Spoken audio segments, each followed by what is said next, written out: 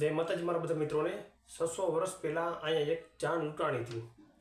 આશરે 600 વર્ષ પહેલા અહીંયા એક જાન લૂંટાણી હતી। અહીંયાના પાળિયા છે તો આ એના માટે કે તળદી ગણે જેના માથડા મહાણે એનો પાળિયો થઈને પૂજાવું રે ગળવૈયા મારે ઠાકોરજી નથી થાવું।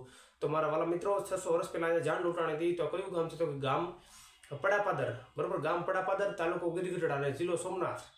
दरबार रबारी त्रण दरबार पाड़िया बे रबारी पाड़िया है मारा मित्रों।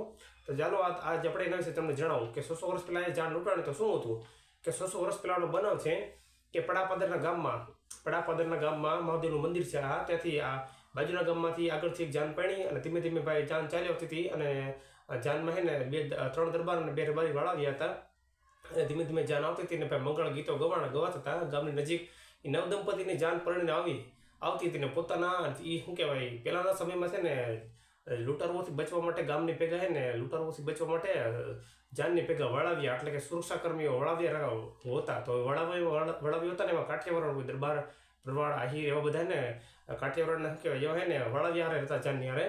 તો એ જાન આવતી હતી બરોબર, અને બરોબર મહાદેવના મંદિર પાસે પહોંચી, મહાદેવના મંદિરથી થોડોક દૂર પહોંચી અને આ એ સમયમાં ત્યારે થોડાક 10-12 લૂંટારુઓ बराबर लूंटारुओ जान माथे त्रेटका पाए बूंग्यो टोल वाग्यो रडीबांग त्रीजा अंगे बूंग्यो टोल वाग्यो भाई अने जी वळाव्या हता एणे पोतानी तलवारो म्यानमांथी खींची पाई, तलवारो टकणे तलवारो खींची पाई अने मंगळ गीतो ई ज्यां जानना गवाता हता ने एमां 3 दरबार अने 2 रबारी भाईओ हता। आ जाननी वारे 3 दरबार अने 2 रबारी भाईओ પાંચેય ભાઈ मरदोए ઢીંગાણું કર્યું लूंटारू सामे અને ભાઈ હેને હાહાકાર મચાવી દીધો, મહાભારત જેવું ધીંગાણું કર્યું ભાઈ।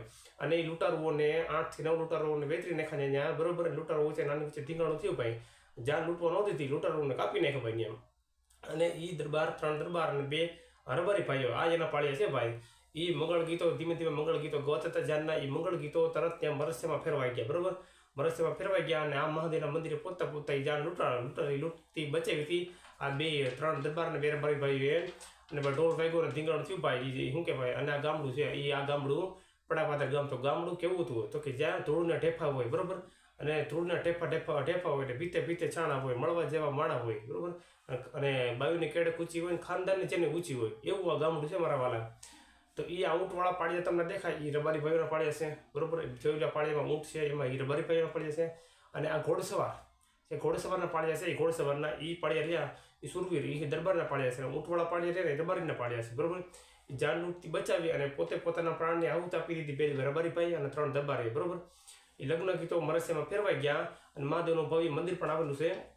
અને બીજી વાત તમને કહી દઉં કે જેટલા ગામ ખોડા ઉપર નળિયા નથી ને એટલું તો ગામ પાદરમાં પાળિયા ખોડાયેલા છે। તો હું કહેવાય કે રણ મેદાને લડવું સુરવીરોનું કામ, કાયરનું કામ નહીં, તે દેવું પડે બલિદાન। અને મેઇન વાત એ છે કે આ પડાપાદર ગામમાં આ પાળિયા છે ને આ પાળિયા પાસે કોઈ રાત રોકાઈ શકતું નથી। આ 2-3 સાધુ રોકાણ હતા પણ એ સાધુ પણ ન રોકાઈ શકાતું। એનું મેઇન કારણ તમને કહી દઉં કે આ ચમત્કાર છે કે આ ગામના પાળિયાઓ પાસે છે ને એક અલગ પ્રકારનો અવાજ આવે છે।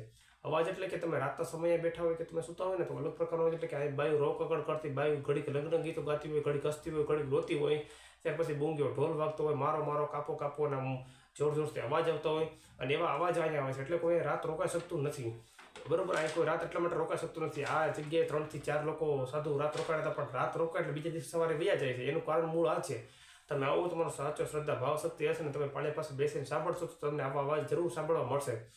તો આ 3 ગોવિલ દરબારના પાળિયા છે ને 2 રબારી ભાઈના પાળિયા છે બરોબર।